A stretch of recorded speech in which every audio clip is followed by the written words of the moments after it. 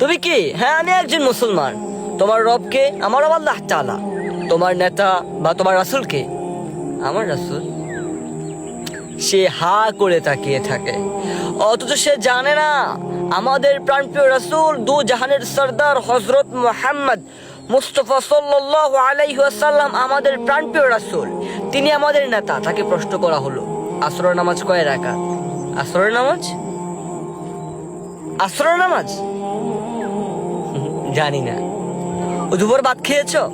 খেয়েছি তো, রোস্ট দিয়ে খেয়েছি। হ্যাঁ, সে জানে না যে আসরের নামাজ কয় রাকাত, সেটা জানে না। সে একজন মুসলমান। প্রশ্ন করুন, আজকে কি ফজর নামাজ পড়েছো? আরে না, আমি তো ঘুম থেকে উঠি দিনের 12টা বাজে। গর্ববোধ করে সে বলে যে আমি তো ঘুম থেকে উঠি দিনের 12টা বাজে। তো তাকে প্রশ্ন করো তুমি কে? সে বলে যে আমি একজন মুসলমান। আমি একজন মুসলমান। আমি একজন মুসলমান। সে বলছে আমি একজন মুসলমান। এখন তাকে প্রশ্ন করা হলো যে এশার নামাজ কয় রাকাত? এশার নামাজ? এশা আবার কি? নামাজ আবার কি? তাকে প্রশ্ন করো তুমি কে? সে বলো সে মুসলমান। এশার নামাজ কয় রাকাত সেটা জানে না। আচ্ছা, এটা বললাম যে এশার নামাজ জানে।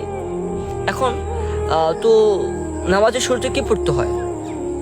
বলে যে আল্লাহু আকবার, হ্যাঁ, সূরা ফাতিহা, এরপরে যে রুকু চলে যেতে হয়।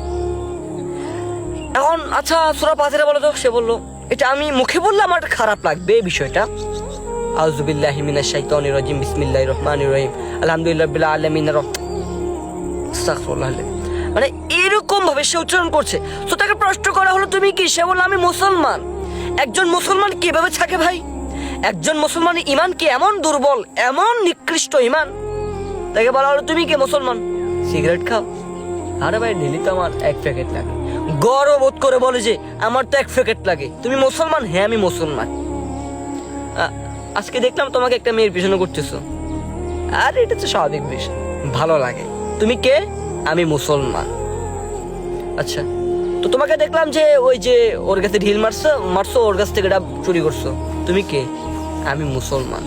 সো হ্যাঁ, তুমি মুসলমান। তোমার আকল জ্ঞান থাকা উচিত যে আমি মানলাম তুমি মুসলমান, তবে নামে মুসলমান হয়ে না হয়ে তুমি কামে মুসলমান হও।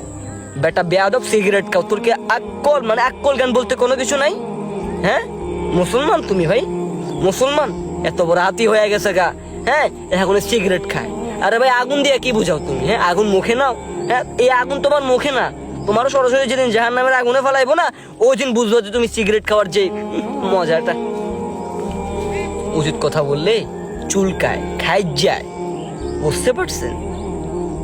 এখন আমার কথার মূল ক্লু কি, মূল উদ্দেশ্য কি ছিল? হ্যাঁ, আমার কথাগুলোর মূল উদ্দেশ্য ছিল একটাই, যে নামে মুসলমান তারা ঠিকই, তবে কামে মুসলমান না। সে দাবি করে আমি একজন মুসলিম, আমার ধর্ম ইসলাম, তবে ইসলাম ধর্মের মূলনীতি কি সেটা জানে না। ইসলাম ধর্মের মূলনীতি কি সেটা জানে না। সে একজন মুসলমান। সে একজন মুসলমান। সে মানে চলে ইহুদিদের মতো, সে চলে খ্রিস্টানের মতো, সে চলে কাফেরদের মতো। সেই মুসলমান। তার বাইক লাগবে, তার ইমিডিয়েটলি জরুরি বাইক, তবে নামাজ পড়া তার জন্য জরুরি না। তার জরুরি হয়ে গিয়েছে সিগারেট খাওয়া। সে মানে তার নামাজ পড়া জরুরি না। সে ফজর নামাজ লাস্ট কবে পড়ছে ওটাই জানে না, লাস্ট কবে মসজিদে গিয়েছে ওটাই জানে না, প্রত্যেক শুক্রবারে জিলেপি আনার জন্য। আর উচিত কথা বলতে গেলে যদি দোষ হয়, তাহলে সেটাকে দোষের মধ্যে সীমাবদ্ধ রাখবেন। আর যদি মনে হয় যে না, এই উপদেশগুলো আমি কাজে লাগিয়ে পরিবর্তন হব, তাহলে আপনি পরিবর্তন হয়ে যান। আমার কথাগুলোর মূল উদ্দেশ্য কোনো আপনাকে খারাপ বলা না, কিংবা আপনাকে মানে লড়া দেওয়া না। আমার কথাগুলোর মূল উদ্দেশ্যই হচ্ছে একটা, আপনাকে আপনার যে মাইন্ড, আপনার যে কমন সেন্স, ওটার মধ্যে আমার কথাগুলোকে ঢুকিয়ে দিয়ে মানে আপনাকে একটা জিনিস বোঝানো, একটা উপদেশ দেওয়া। ভিডিওটা অনেক দীর্ঘ হয়ে গিয়েছে, তবে একটা কথাই বলছি, আমরা সবাই মুসলমান, এটা আমাদের পরিচয়, তবে নামে মুসলমান, কামে মুসলমান আজও হতে পারিনি। আমাদের মতো ব্যর্থ যুবক, ব্যর্থ সমাজ আর মনে হয় না পূর্বে কোনো যুগে এসেছে। আমার মনে হয় আল্লাহ তাআলা আমাদেরকে সহি বুঝ দান করুক, দিনের পথে ফিরে আসার তৌফিক দান করুক। সবাই বলি আমিন। আসসালামু আলাইকুম রহমতুল্লাহ।